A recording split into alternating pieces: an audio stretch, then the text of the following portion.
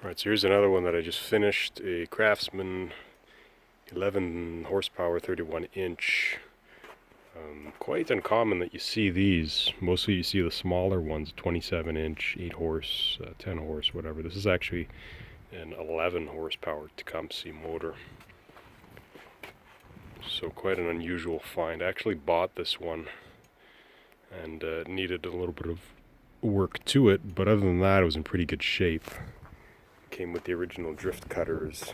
The skids were not eaten up, so whoever had this didn't really use it much. So just kind of walk around here and show you a little bit about this machine. This era of Craftsman doesn't exist anymore. The machines were actually built by Noma and Murray, so all of the part numbers don't really exist anymore. They kind of slap MA on the end of them, and typically they're supplied by Briggs & Stratton, so you can still get all the parts for them. It's just the part numbers in the manuals are kind of weird sometimes. And there's this one thing that they don't make anymore, which is this type of cable bracket. So I luckily found some used, but you're gonna have to make that if you need this piece. It's just simply a piece of metal with some holes in it that connects the lower drive cable to the upper drive cable, and then you have this boot that goes on there. So that was missing. The guy had just ran a piece of steel cable there, and that wasn't working too good. Toro does actually make that part. I'll show you it here. It's not exactly the same, but you can still get it from Toro. A little bit stiff on here with this one. Okay, so this damn boot's not coming off, but you can see Toro still makes the same sort of deal. So if you want to go ahead and buy one, you can buy one from Toro. Otherwise, just make it.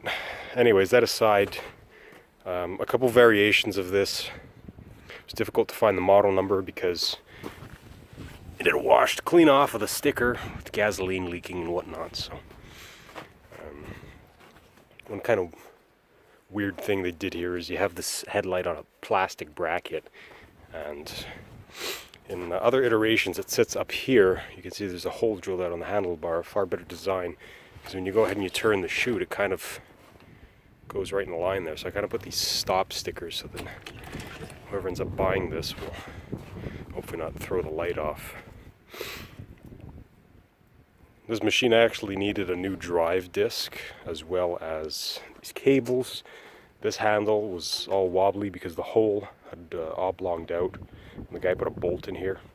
The way these handles go on is with these pins and these press-in clips. So this clip is kind of like a serrated clip that holds the pin in there. I left the bolt in there. I had to take this out. I had to weld the inner diameter of that hole to get this to tighten up, so when you press the handle down, it kind of sits flat. It's not all wobbly.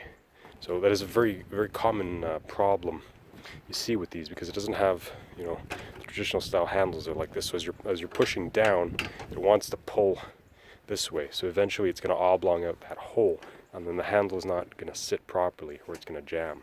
So now this works as it should.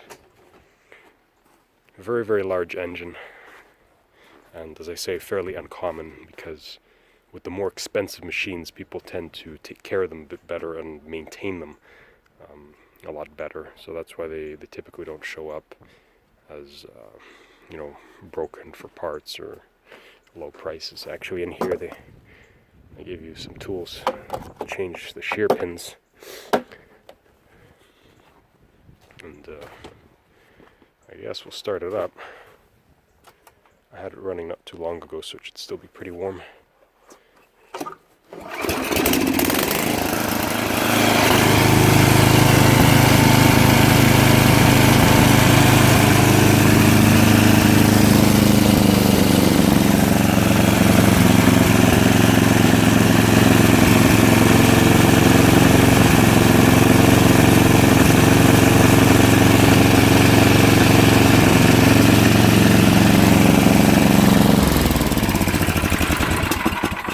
Compression, it runs well, and it does very well in heavy, compacted, and wet snow. The only thing I don't like so much is that it doesn't throw the snow as far, but it does work quite nice. And of course you have the remote adjusting chute on this. So there you have it, Craftsman II, 1131.